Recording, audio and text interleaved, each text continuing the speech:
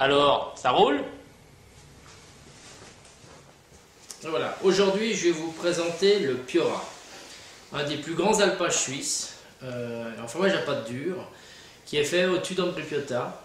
C'est un parterre de fleurs, ce sont des pièces qui sont du mois de juin et on les sort généralement vers décembre à la boutique. On a un fromage qui est tout en finesse, qui a un côté floral, qui pourrait rappeler un petit peu le comté dans les fromages français, mais en beaucoup plus fin. C'est ma petite sortie annuelle en famille. Généralement on part au bord, on va chercher les fromages à l'alpage, chez le producteur. C'est juste un petit moment de plaisir. On a l'impression que là-bas il n'y a rien qui peut vous atteindre, c'est tellement reculé, c'est des petits villages assez paumés dans la montagne. Et j'aime bien m'imprégner de ces lieux quand on achète des fromages, et le Piora ça fait partie des grands souvenirs, des grands moments. Déjà quand j'étais petit, j'allais déjà avec mes parents, donc maintenant je le fais avec mes enfants. Et je vais vous déguster ça. Donc, vous voyez, on a une pâte qui est quand même assez jaune, hein. Donc, ça peut rappeler aussi le comté.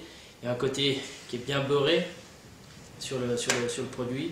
Et dès que vous l'avez en bouche, vous avez l'impression d'avoir un bouquet de fleurs. Mais pas n'importe quelle fleur, plutôt ces fleurs jaunes, on sent le côté pollen. Il y a même des années où c'est tellement puissant en arôme de fleurs qu'on a un petit côté pollen, miel, comme ça, en bouche. Et ça m'arrive des fois, quand j'ai des convives à la maison, de servir du Piora avec un petit filet de miel. C'est un accord qui va très bien. Sans oublier la polenta. C'est un fromage qui est exceptionnel dans une polenta. Vous la montez avec du Piora. Et là vous avez cette explosion de fleurs parce qu'encore c'est servi chaud. Là je vous parle, mais, je suis là, mais je suis encore un petit peu à l'alpage avec ces fromages et ces vaches. Ce sont des vaches qui sont petites laitières, assez maigres, on appelle ça la grise. Et par contre elle donne un lait très riche, un petit peu comme la vache du Val d'Hérens. Vous savez, la vache noire qui donne un lait très riche et très onctueux. C'est parfait.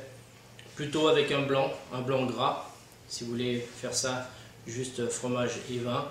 Un blanc gras, riche, un bon chardonnay, c'est juste magique.